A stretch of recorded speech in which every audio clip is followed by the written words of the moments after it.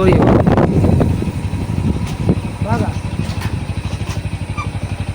বলছি যে ইয়েতে তোমার বুঝলো 10 টাকা দেবে কেন? গাড়ি দেওয়ার সকাল থেকে শুধু তেল পুড়িয়ে যাচ্ছে, এখন পয়সা করি নেই, একটু খাওয়ার মতো টাকা নেই, 10-20 টাকা দাও না। কোথায় বাড়ি কোথায়? আমার বাড়ি হচ্ছে তোমার ইয়েতে বুঝতে